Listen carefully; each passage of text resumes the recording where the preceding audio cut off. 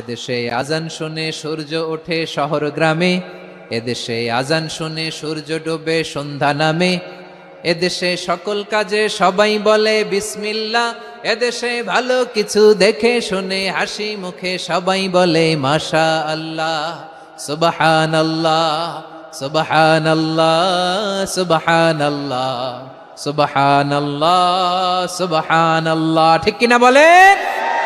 সকল প্রশংসার মালিক কে? সকল ক্ষমতার উৎস কে?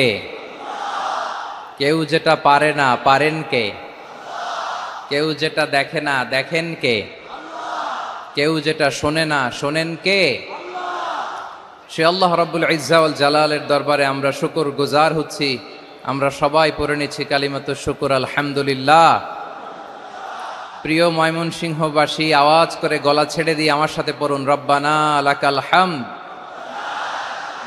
হামদান কাসীরান তাইয়্যিবান মুবারাকান ফি ইয়া রাব্বি লাকাল হামদু কামা ইয়ানবাগি লিজালালি ওয়াজহিকা ওয়া আযীমি সুলতানিকা লাকাল হামদু বিল ঈমান লাকাল হামদু বিল ইসলাম লাকাল হামদু বিল কোরআন।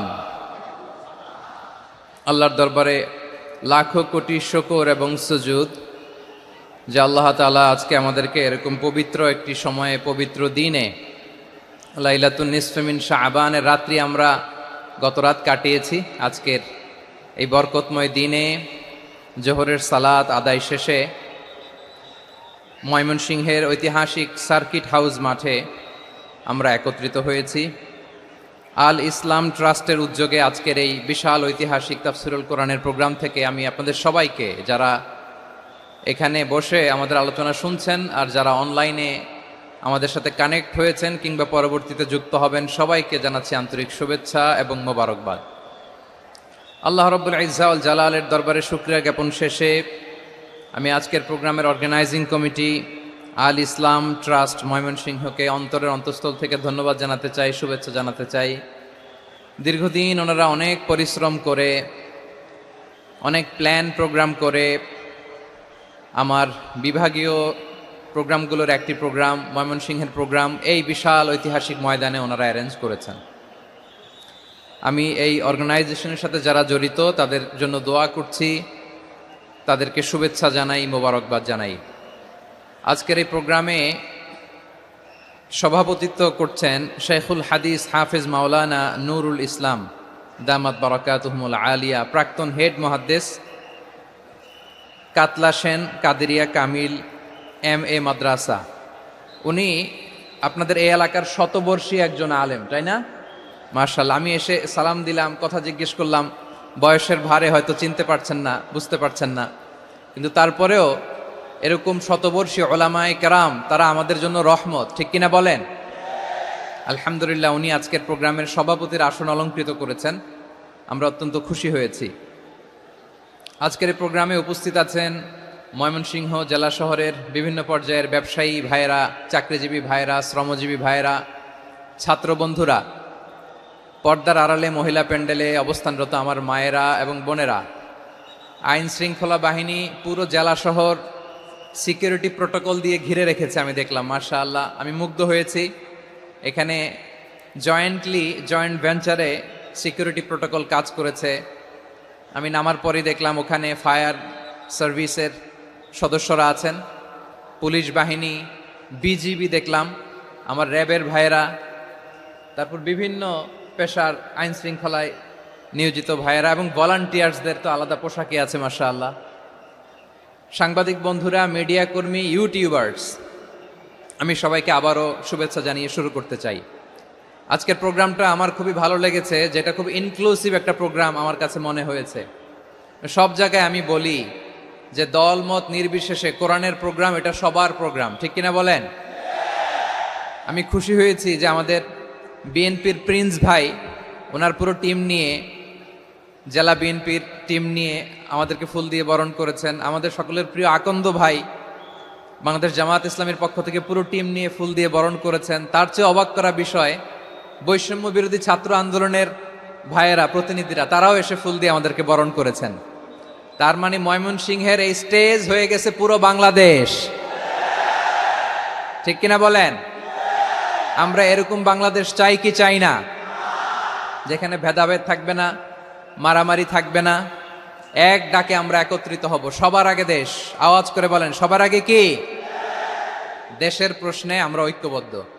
এই যে 24-এর ছাত্র নাগরিক অভ্যুত্থান, এরপরেও যদি আমরা একত্রিত হতে না পারি, এটা আমাদের জন্য আফসোসের।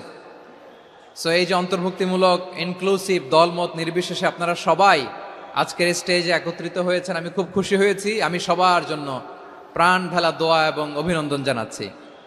প্লে কার্ড নিয়ে যারা দাঁড়িয়েছেন তাদেরকে শুভেচ্ছা, ব্যানার নিয়ে অনেকে দাঁড়িয়েছেন শুভেচ্ছা, ফিলিস্তিনের পতাকা নিয়ে দাঁড়িয়েছেন তাদেরকে শুভেচ্ছা, লা ইলাহা ইল্লাল্লাহ মুহাম্মাদুর রাসূলুল্লাহর পতাকা উড্ডয়ন করছেন তাদেরকেও প্রাণ ঢালা অভিনন্দন। আমার প্রিয় ভাইরা, আমি চাইবো যে 1 থেকে 1.5 ঘন্টা আমরা একটু নিশ্চুপ থাকি। আইন শৃঙ্খলা এবং ভলান্টিয়ার্স যারা আছে, স্বেচ্ছাসেবক, তারা সর্বোচ্চ চেষ্টা করছে সুশৃঙ্খল পরিবেশের জন্য। সব জায়গায় নিশ্চুপ, 2-1 জায়গায় একটু ঠিকঠাক হচ্ছে। আপনারা ঠিক হয়ে হয় বসে যাবেন, নয় দাঁড়িয়ে শুনবেন। আওয়াজ করা যাবে না আজকের এই প্রোগ্রামে। আওয়াজ করবেন? রোজা রাখছেন না সবাই? হ্যাঁ, অধিকাংশ রোজা, আমরা সবাই রোজা। সো রোজা রেখে শাউট করে কথা বলাও আমার জন্য কষ্টকর। আমি এই সহযোগিতাটুকুন চাইবো। সবাই রোজাদার, এই যে হাজার হাজার লাখো জনতা আমি দেখতে পাচ্ছি, নিজের সেফটি সিকিউরিটি এনশিওর করে মুভ করবেন। সামনে গেলেও দেখে শুনে, পেছনে গেলে দেখে শুনে, কোনো দুর্ঘটনা, হতাহতের ঘটনা যাতে না ঘটে। ময়মনসিংহের জেনজি তারা যে সুশৃঙ্খল, আজকে গোটা বিশ্বকে দেখাই দিতে হবে এখান থেকে। ঠিক কিনা বলেন? মাশাআল্লাহ। আমার প্রিয় ভাইয়েরা, আসুন আমরা কাল বিলম্ব না করে মহাবিশ্বয় মহাগ্রন্থ আল কোরআন আল কারিম থেকে তাফসীর শুনি। যেহেতু এটা তাফসীরুল কোরআনের প্রোগ্রাম, আর কোরআনের প্রোগ্রামের একটা আদব আছে, একটা বৈশিষ্ট্য আছে। এখানে হট্টগোল করা যায় না। হট্টগোল করা যায়? যায় না। মাশাআল্লাহ, মাশাআল্লাহ। নিজ দায়িত্বে আইন শৃঙ্খলা বাহিনী থামতে বলবে, স্বেচ্ছাসেবকরা থামতে বলবে না। আপনি দায়িত্বশীল। আজকে আপনি হচ্ছেন এই প্রোগ্রামের হোস্ট, আমি গেস্ট। সো গেস্টের সাথে কি আচরণ করবেন আমি দেখতে চাই। সবাই ঠান্ডা হয়ে যাবেন, কোনো আওয়াজ নাই। মাশাআল্লাহ, এই তো বলার সাথে সাথে ঠান্ডা হয়ে গেছে। মাশাআল্লাহ, এই যে এই দিকটাও আওয়াজ হচ্ছিল, এখন ঠান্ডা। মাশাআল্লাহ, মাশাআল্লাহ, তাবারাকাল্লাহ। জি, দেখেছি। শান্ত হতে হবে, শান্ত হতে হবে। আমি শুরুতেই হাত নাড়িয়ে শুভেচ্ছা জানিয়েছি আপনাদের। একটু পরপর হাত নাড়ালে আলোচনায় ব্যাঘাত ঘটবে। আমরা একটু নীরব হয়ে বসি। কয়েকটা জরুরি কথা শেয়ার করবার আছে আপনাদের সাথে। এই বার্তাগুলো আমরা আজকে নিয়ে যাব। যখন আওয়াজ করতে বলবো, বাঘের বাচ্চার মতো, সিংহ শার্দুলের মতো গর্জন করে আওয়াজ করতে হবে। আর যখন নিশ্চুপ থাকতে বলবো, পিন পতন নীরবতা, কিপ সাইলেন্ট। একেবারে এই তো। মাশাআল্লাহ, মাশাআল্লাহ, very good, I love it, I like it, the Gen Z of Mymensingh. মাশাআল্লাহ, মাশাআল্লাহ। আমার প্রিয় ভাইয়েরা, আমি আজকে এই চমৎকার দুপুরে সূরাতুল আহজাবের 35 নম্বর আয়াত তেলাওয়াত করেছি। কত নম্বর আয়াত? আপনারা আমার দিকে তাকান। আপনাদের মাথার উপরে ড্রোন গেলে ওইটা নিয়ে ব্যস্ত হওয়ার দরকার নেই। আমার দিকে তাকান। 1 to 1, ব্রেন টু ব্রেন, আমার দিকে তাকান। সূরা আহজাবের 35 নম্বর আয়াত। আওয়াজ করে সবাই বলেন তো, কয় নম্বর আয়াত? 35 নম্বর আয়াত। এই আয়াতে আল্লাহ তাআলা তার প্রিয় বান্দাদের 10টি বৈশিষ্ট্যের কথা বলেছেন। কয়টি? আজকে এই 10টি বৈশিষ্ট্য নিয়ে আমরা আলোচনা করব। আল্লাহ তাআলা কাদেরকে পছন্দ করেন? আমরা আল্লাহ তাআলার প্রিয় ভাজন, প্রিয় বান্দা হতে চাই কি চাই না? বলেন তো। চাই। এবং যাদের মধ্যে এই 10টি বৈশিষ্ট্য থাকবে তাদের জন্য আল্লাহ তাআলা ক্ষমা এবং মহা প্রতিদানের ব্যবস্থা রেখেছেন। এই 10টি গুণ যাদের মধ্যে থাকবে তাদের জন্য আল্লাহ তাআলা ক্ষমা এবং মহা প্রতিদানের ঘোষণা দিয়েছেন। সুবহানাল্লাহ বলেন।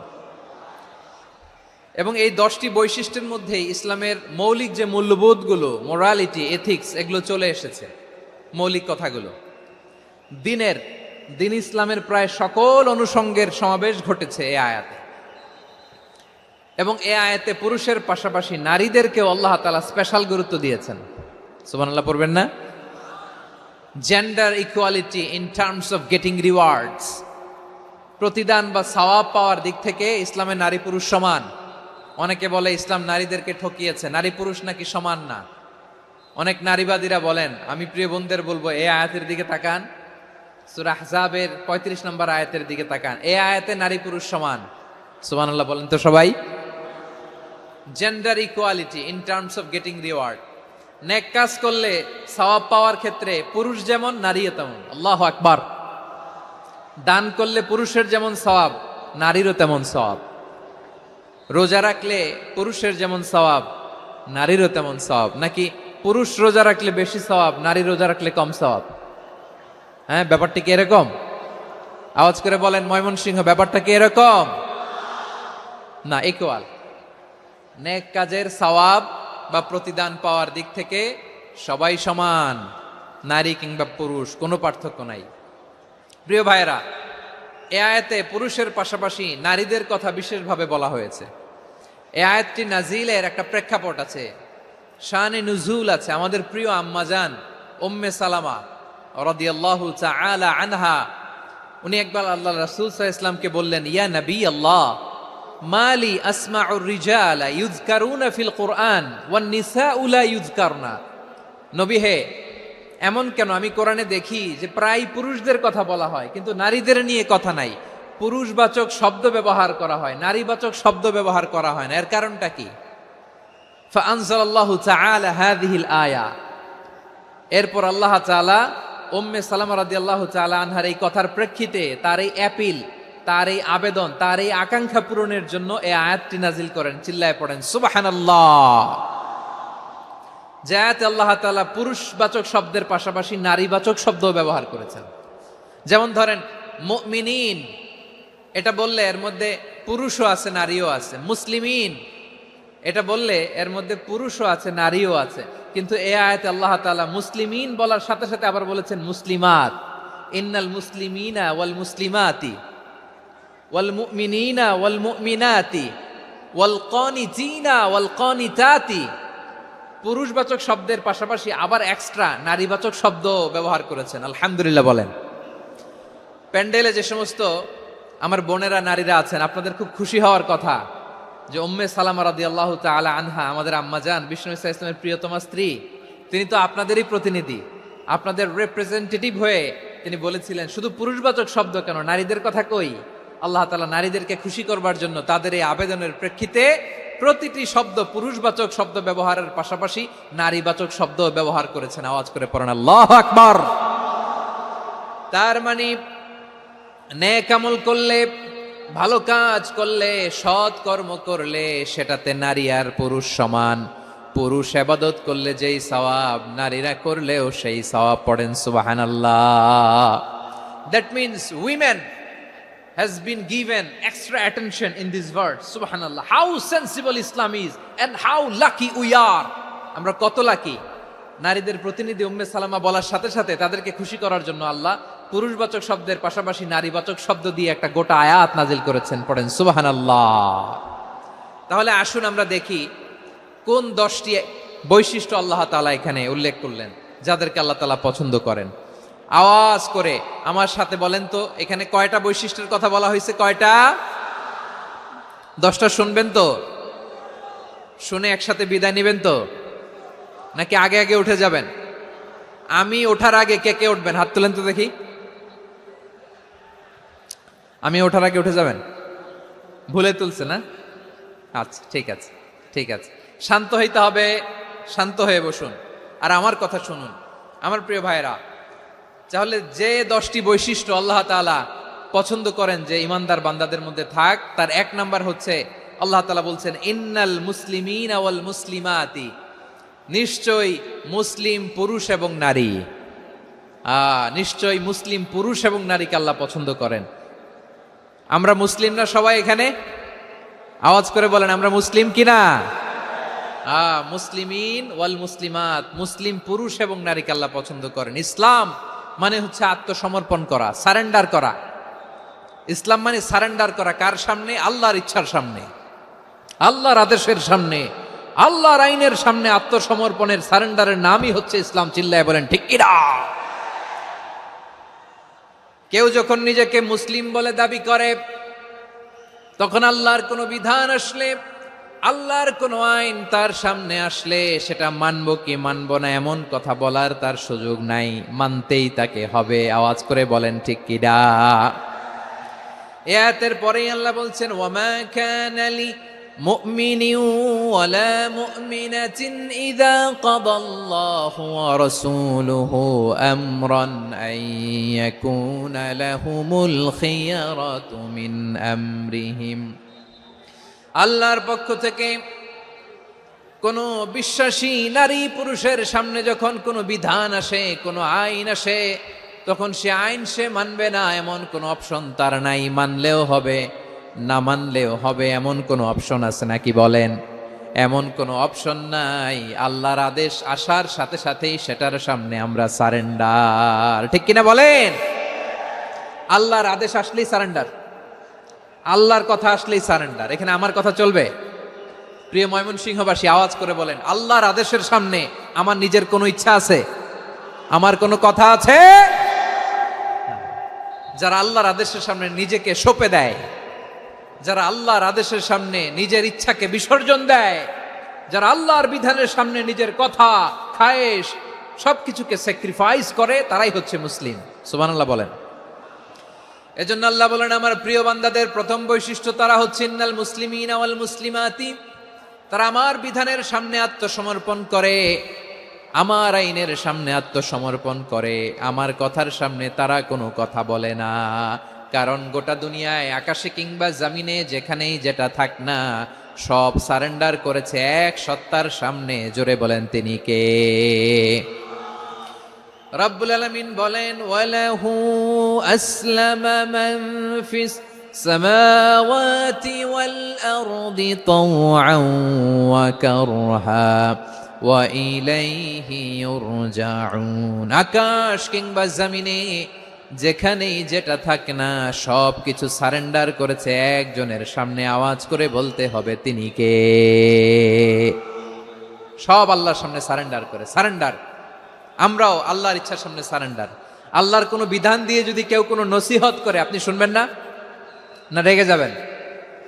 আল্লাহর আইন দিয়ে যদি আপনাকে আদেশ করা হয়, উপদেশ দেয়া হয়, আপনি শুনবেন না?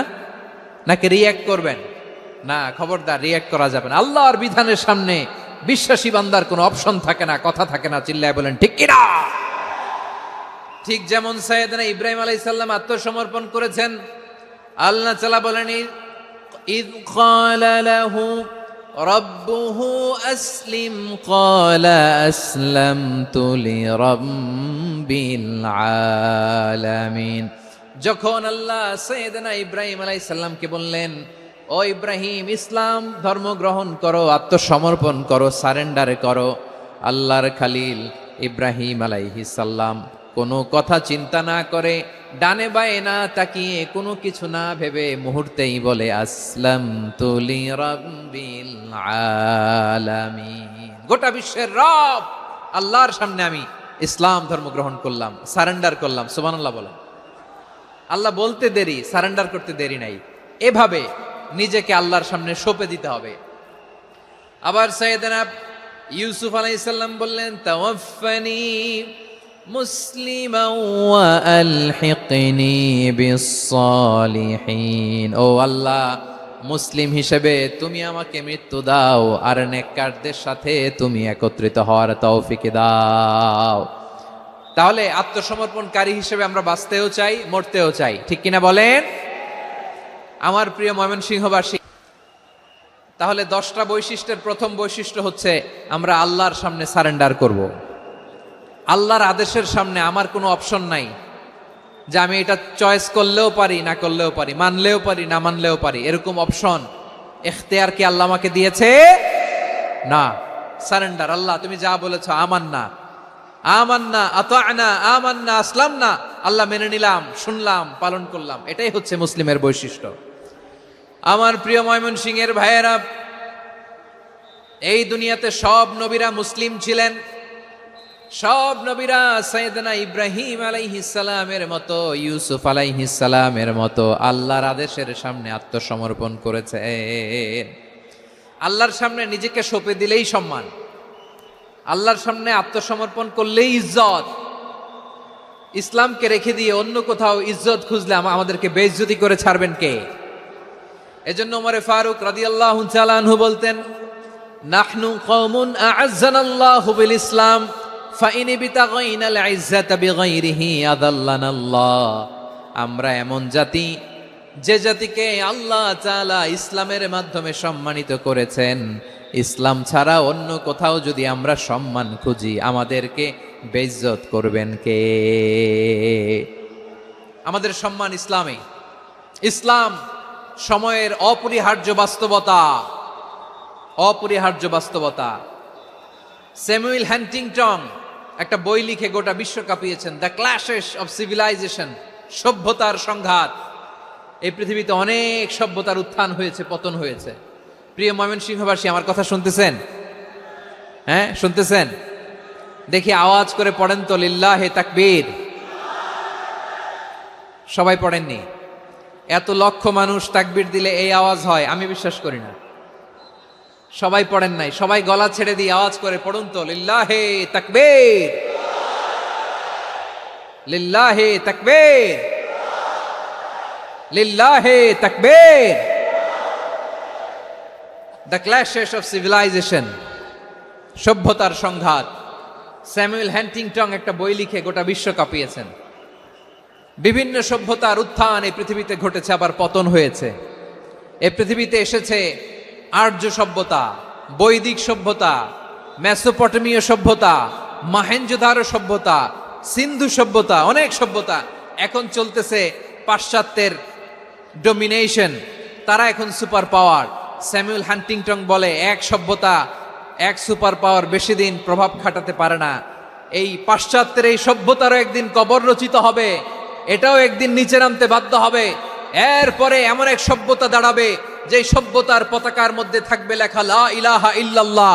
ওই সভ্যতার পতন পৃথিবীর কেউ করতে পারবে না। চিল্লায় বলেন ঠিক কিনা? সেটাই হচ্ছে ইসলাম। নাহনু কওমুন আ'আজ্জানাল্লাহু বিল ইসলাম।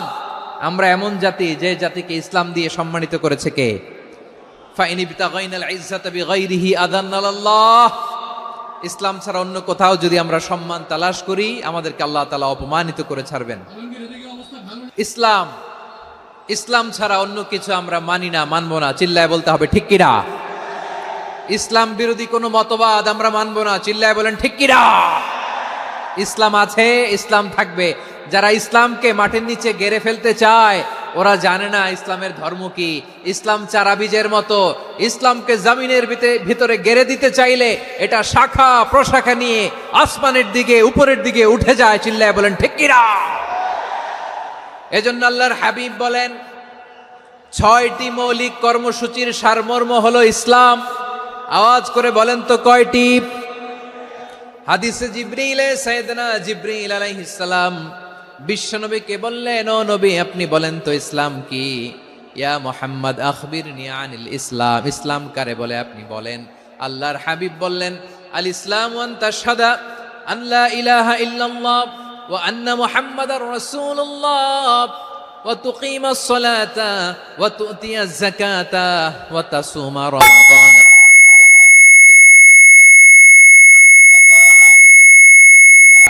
আল্লাহর হাবিব ফরমান, 6টি মৌলিক কর্মসূচির সারমর্ম হলো ইসলাম। এক হলো তুমি সাক্ষী দিবা আল্লাহ ছাড়া কোনো ইলাহ নাই, মুহাম্মদ ছাড়া রাসূল নাই, তিনি আমাদের রাসূল।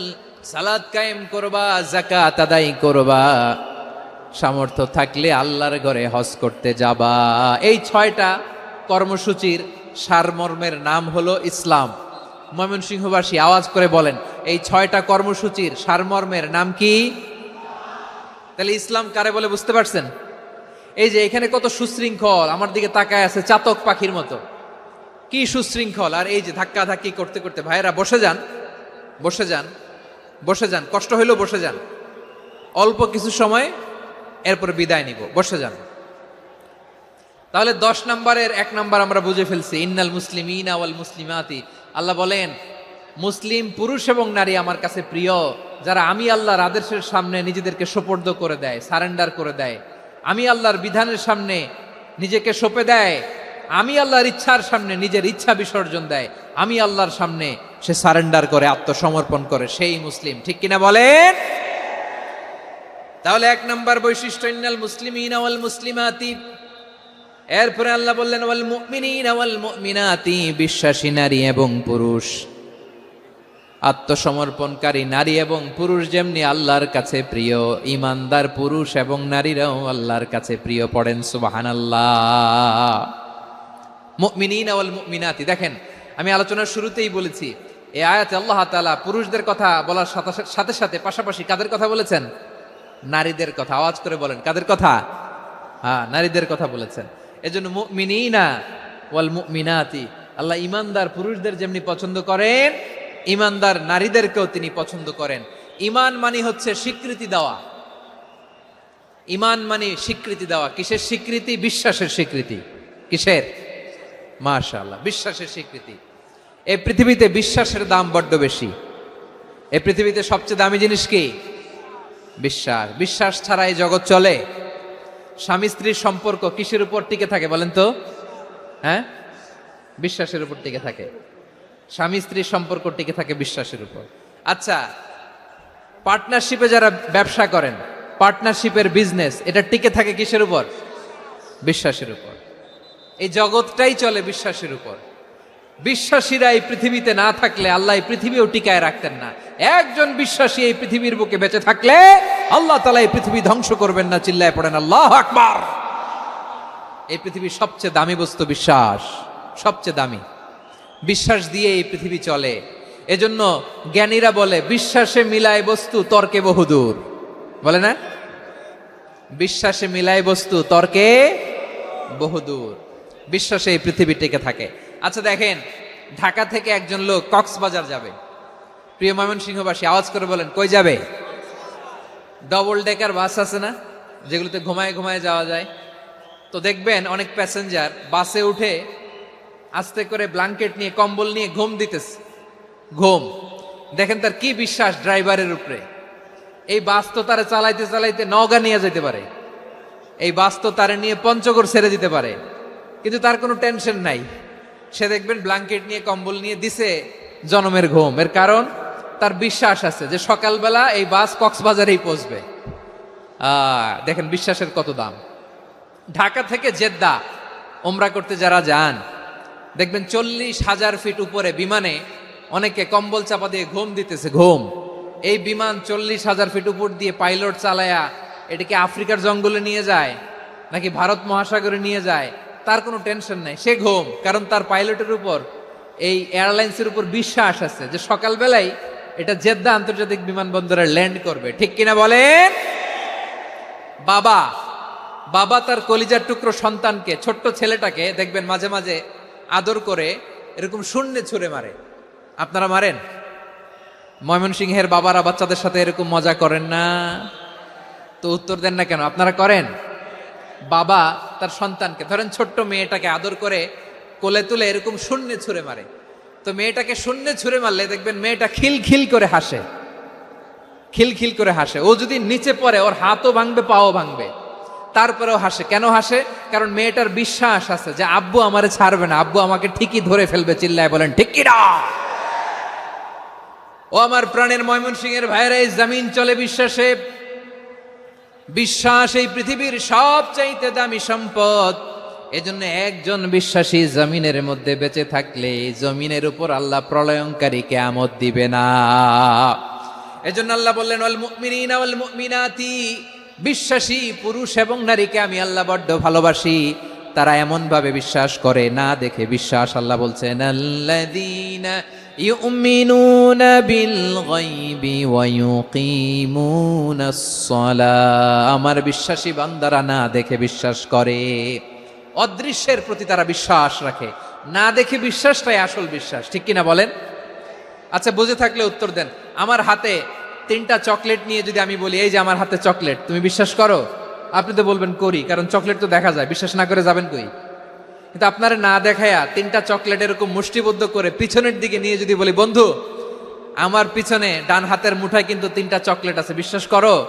ও না দেখেও যদি বলে, বন্ধু তুই যেহেতু বলছিস বিশ্বাস করি, যদি করে এটাই আসল বিশ্বাস, না দেখে বিশ্বাস করাটাই আসল বিশ্বাস। চিৎকার করে বলেন ঠিক কি না? এজন্য আল্লাহ বললেন না দেখে বিশ্বাস হলো আসল বিশ্বাস। অদৃশ্যের প্রতি বিশ্বাসকে বলে প্রকৃত বিশ্বাস। আল্লাযীনা ইউমিনুনা বিল গায়ব, আমার বান্দারা না দেখে আমি আল্লাহর উপর বিশ্বাস করে। এবার বিশ্বনবী বললেন 6টি মৌলিক কর্মসূচির সারমর্মের নাম যেমনি হলো ইসলাম, ঠিক তেমনি 6টি মৌলিক বিশ্বাসের বিষয়ের উপর ঈমান আনার নাম হলো বিশ্বাস। সুবহানাল্লাহ বলেন। 6টা মৌলিক বিষয়ের উপর যদি আপনি বিশ্বাস রাখেন, এটা হচ্ছে ঈমান। সেটা কি? সাইয়েদনা জিব্রাইল বললেন ইয়া মুহাম্মদ আখবিরনি মাল ঈমান, ঈমান কারে বলে বলো। আল্লাহর নবী বললেন আন তুমিনা বিল্লাহ, আল্লাহর উপর ঈমান আনবা। কার উপর? আরো জোরে বলেন কার উপর? আল্লাহ নামটা আপনাদের ভাল লাগে? আল্লাহর জিকির যে করছেন কেমন লাগে? সবাই মিলে গলা ছেড়ে আল্লাহরে ডাক দেন তো, বলেন আল্লাহ। আরো জোরে আল্লাহ। প্রাণ খুলে একসাথে ইয়া আল্লাহ। আল্লাহু নাম যতই জপি ততই মধুর লাগে, নামে এত মধু থাকে কে জানি তো আগে। আল্লাহু নাম যতই জপি, ও নাম জপে প্রিয়তম, ও নামে জপে মজনু সম, ওই নামে পাপিয়া গাহে হৃদয় গোলাপে বাগে। আল্লাহু নাম যতই জপি। সুবহানাল্লাহ বলেন। আল্লাহর নাম এত মধুমাখা নাম, এত জাদুমাখা নাম, সব নবীরা এই নামের জিকির করেছেন, সব আল্লাহর ওলিরা এই নামটি জপেছেন। এজন্য এই নাম জপলে হৃদয় শান্ত করে দেয় কে? এজন্য আওয়াজ করে আল্লাহরে আবারও ডেকে বলেন ইয়া আল্লাহ। বিশ্বনবী বললেন ঈমান মানে আন তুমিনা বিল্লাহ, আল্লাহর উপর ঈমান আনবা, ওয়া মালাইকাতিহি, ফেরেশতাদের উপর ঈমান আনবা, ওয়া কুতুবিহি, আল্লাহর পাঠানো কিতাবের উপর ঈমান আনবা, ওয়া রুসুলিহি, রাসূলের উপর ঈমান আনবা, ওয়াল ইয়াউমিল আখিরি, শেষ বিচারের প্রতি ঈমান আনবা, ওয়া তুমিনা বিল কদরি খাইরিহি ওয়া শাররিহি, আল্লাহর দেয়া তাকদীরের উপর ঈমান আনবা। ঠিক কিনা বলেন? তাহলে এই 6টা মৌলিক বিষয়ের উপর বিশ্বাসকে বলে ঈমান। আল্লাহ ওই ঈমানদারদেরকে পছন্দ করে যাদের ঈমান এরকম মজবুত। আল্লাহ বললেন ওয়াল মুমিনিনা ওয়াল মুমিনাতি, ঈমানদার পুরুষ এবং নারীরাও আমার কাছে বড্ড প্রিয়। তাহলে আমার প্রিয় ভাইয়েরা, ইসলাম যেমনি বুঝেছেন সারেন্ডার, ঈমান মানে হচ্ছে বিশ্বাস, বিশ্বাসের স্বীকৃতি। এই বিশ্বাস না থাকলে ওই মানুষের কোনো দাম নাই। ঈমান ছাড়া নেক আমলের কোনো দাম নাই। ঈমান হলো সংখ্যার মতো, নেক আমল হলো শূন্যের মতো। বুঝে থাকলে উত্তর দেন, ঈমান কিসের মতো? কথা বলে না, বুঝে নাই বোধহয়। ঈমান কিসের মতো? সংখ্যা। আর নেক আমল শূন্য। আচ্ছা, আপনি ঈমান আনেন না, ঈমান ছাড়া খালি নেক আমল, তাহাজ্জুদ, নামাজ, রোজা, জিকির, আজকার, এক এক ইবাদতের কারণে খালি শূন্য পাইতেছেন। শূন্য পেতে পেতে পেতে পেতে হাজারটা শূন্য। এটার কোনো দাম আছে? কথা কয় না, দাম আছে। কিন্তু আপনি ঈমান আনার পর একটা সংখ্যা পেয়ে গেলেন, এক। এবার নেক আমল করলেই একের পাশে শূন্য বসে গেলে কত হয়? 10।